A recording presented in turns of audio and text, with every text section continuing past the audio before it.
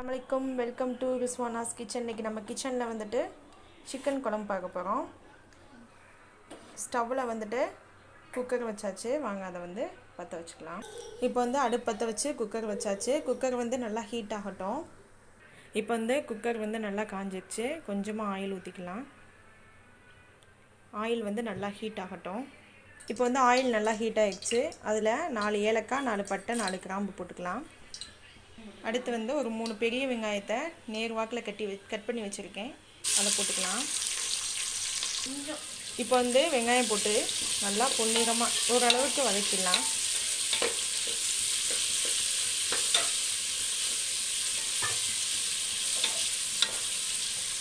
வெங்காயம் கொஞ்சம் நல்லா வதங்கணும் அப்படிங்கிறதுக்காக கொஞ்சமாக இதில் வந்து நம்ம வந்து கல்லுப்பு ஆட் பண்ணிக்கலாம். போட்டு நல்லா ஒரு கிண்டி விட்டுடலாம். இப்போ வெங்காயம் நல்லா வதங்கிடுச்சு. அதில் 2 தக்காளி போட்டுக்கலாம். அதையும் போட்டு நல்லா வதக்கி விட்டுக்கலாம். தக்காளி நல்லா மசிஞ்சு வரட்டும்.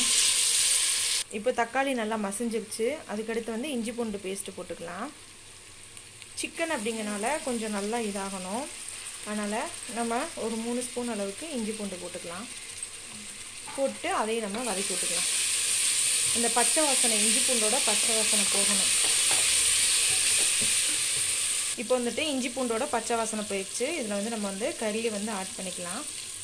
சிக்கன் வந்து ஆட் பண்ணிடலாம்.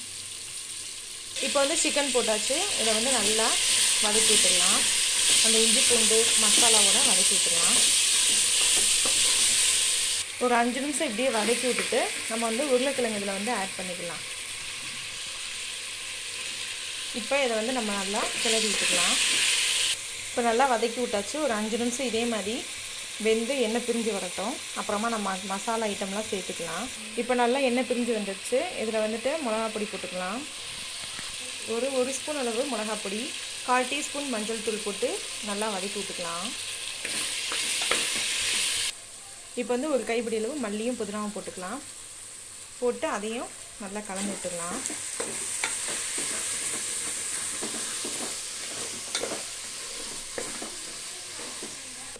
இப்போ ஒரு செம்பு தண்ணி ஊற்றிடலாம். நல்லா கறி வெந்து வரட்டும். அது முன்னாடி நம்ம போய் தேங்காய் அரைச்சிட்டு வந்துடலாம். இப்போ தண்ணி ஊற்றியாச்சு. இதில் வந்து நம்ம வந்து மல்லிப்பொடி ஒரு 3 ஸ்பூன் போட்டுக்கலாம்.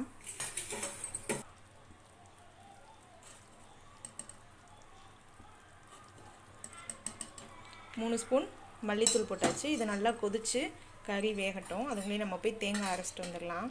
தேங்காயில் வந்துட்டு நம்ம வந்துட்டு கொஞ்சமாக சோம்பு போட்டு நல்லா வலுவலுன்னு அரைச்சி எடுத்துக்கலாம்.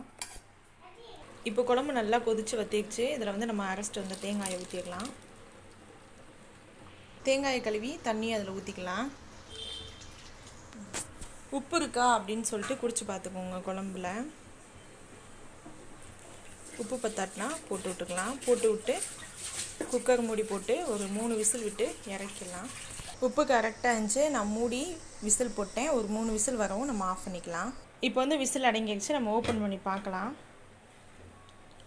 சூப்பராக சிக்கன் குழம்பு ரெடி ஆகிடுச்சு. பார்த்திங்கன்னா தெரியும். நீங்களும் உங்கள் வீட்டில் ட்ரை பண்ணி பாருங்கள். நீங்களும் ட்ரை பண்ணி பார்த்துட்டு எப்படி இருந்துச்சுன்னு கமெண்ட் பாக்ஸில் கமெண்ட் பண்ணுங்கள். பிடிச்சிருந்தால் லைக் பண்ணுங்கள், ஷேர் பண்ணுங்கள். நம்ம சேனலை ஃபஸ்ட் டைம் பார்த்தீங்கன்னா சப்ஸ்கிரைப் பண்ணி வச்சுக்கோங்க. அஸ்ஸலாமு அலைக்கும்.